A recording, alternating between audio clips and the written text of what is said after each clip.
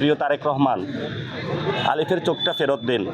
আমরা চুপ হয়ে যাব, আমরা আর কিছু বলবো না। আমাকে তো হামলা করা হয়, তারা একটা জাস্টিফিকেশন দিয়েছে যে আমি কথা বলি নাকি, এই জন্য আমি আজকে থেকে আর কোনো কথা বলবো না, চুপ থাকবো।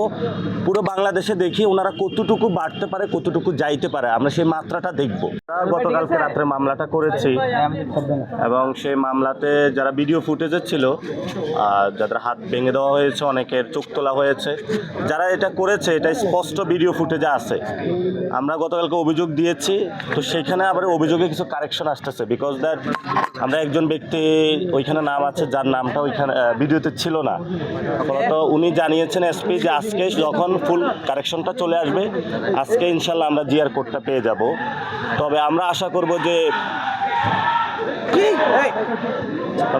করব যে বাংলাদেশে বিচারহীনতার যে সংস্কৃতি আছে সেটা থেকে বের হয়ে তারেক রহমান যে সরকার গঠন করেছেন ওনারা বিচার করবেন। এবং আমরা প্রধানমন্ত্রীর কাছে আহ্বান জানাচ্ছি, একজন ইন্টারের ছেলে যে হলো কাউকে কখনো মারতে যায় নাই, তার বাবা অসুস্থ, মা প্রতিবন্ধী, এখন অপারেশন থিয়েটারে আছে, আপনি কি পারবেন তার চোখটা ফেরত দিতে? আমরা বাংলাদেশে আর কোনো সহিংসতা রাজনীতি দেখতে চাই না। আমরা এতটুকুই বলবো, প্রিয় তারেক রহমান, আলিফের চোখটা ফেরত দিন। আমরা চুপ হয়ে যাব, আমরা আর কিছু বলবো না। আপনি আপনার ক্ষমতা চালান, আমরা কিচ্ছু চাই না, কিন্তু আমাদের আলিফের চোখটা ফেরত চাই। প্লিজ দয়া করে আমাদের চোখটা দিয়ে দিবেন আপনি।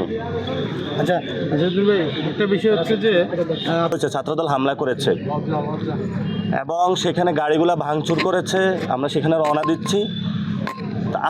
আমাকে তো হামলা করা হয়, তারা একটা জাস্টিফিকেশন দিয়েছে যে আমি কথা বলি নাকি, এই জন্য আমি আজকে থেকে আর কোনো কথা বলবো না, চুপ থাকবো। পুরো বাংলাদেশে দেখি ওনারা কতটুকু বাড়তে পারে, কতটুকু যাইতে পারে, আমরা সেই মাত্রাটা দেখব। তাহলে সার্জিস আলমের গাড়িতে কেন হামলা হলো? একটু আগে হামলা হয়েছে সিলেটে, 5 প্লাটুন হলো বিজিবি নামানো হয়েছে, প্লাটুনের বিজিবি নামানোর পরে তাহলে হামলাটা কেন হলো এখন? আপনারা জানেন যে ছাত্র শক্তির একজন কুড়িগ্রামের আহ্বায়ক, তার মাথা ফাটিয়ে দেওয়া হয়েছে, সে রক্তাক্ত, বিভিন্ন জায়গায় পুরো বাংলাদেশে একটা সন্ত্রাসের রাজত্ব সৃষ্টি করা হয়েছে। আমরা সন্ত্রাসের রাজত্ব বাংলাদেশে দেখতে চাই না। এখন আপনাদের সামনে কথা বলবেন সংসদের মাননীয় বিরোধী দলীয় হুইপ, জাতীয় নাগরিক পার্টির সম্মানিত আহ্বায়ক জনাব নাহিদ ইসলাম।